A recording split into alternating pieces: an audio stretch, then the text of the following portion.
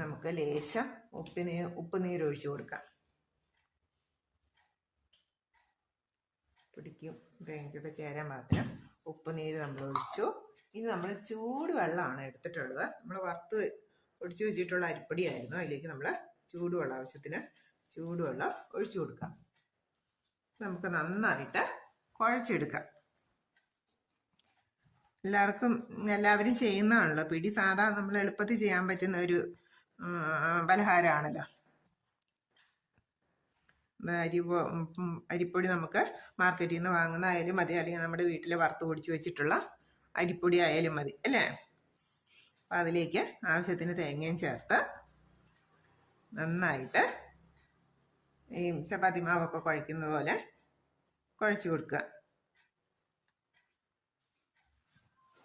തേങ്ങ കൂടുതൽ ചേർത്ത് അത്രയും നല്ല ടേസ്റ്റി കേട്ടോ.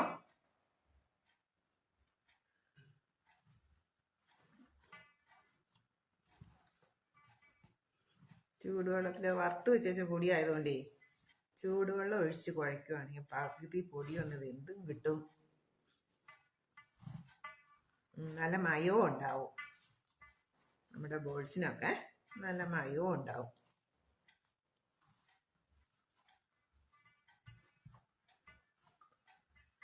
കുഴക്കുക ആയതുകൊണ്ടാണേ ഞാൻ നിൽക്കുന്നത്. പൊടി നന്നായിട്ട് കുഴച്ചെടുക്കട്ടെ. ഇവിടെ കോഴിക്കോട്ടയ്ക്ക് കുഴക്കുന്ന പോലെ അല്ലെങ്കിൽ ചപ്പാത്തിക്ക് കുഴക്കുന്ന പോലെ ഒന്ന് പ്രസ് ചെയ്ത് തേങ്ങയും ചേർത്ത് ചൂടുവെള്ളത്തിൽ കുഴച്ചെടുക്കുന്നത്. അപ്പം ഞാൻ ഇഡ്ഡലി ചെമ്പിൽ വെള്ളം വെച്ചായിരുന്നു. അപ്പോൾ ആ വെള്ളം തിളച്ചപ്പം അതിൽ നിന്ന് ഇച്ചിരി വെള്ളം കോരിയെടുത്തതാണ് പൊടി നനയ്ക്കാനായിട്ട്.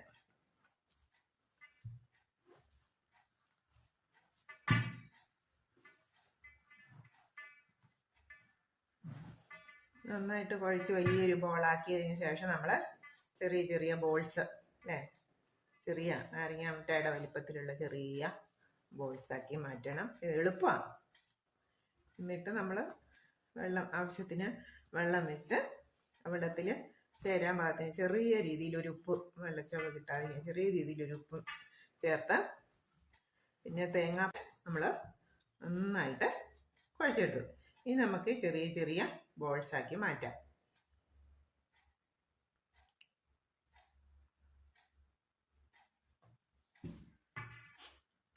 കുറച്ച് തേങ്ങ ഞാൻ ബാലൻസ് വെച്ചിട്ടുണ്ട്.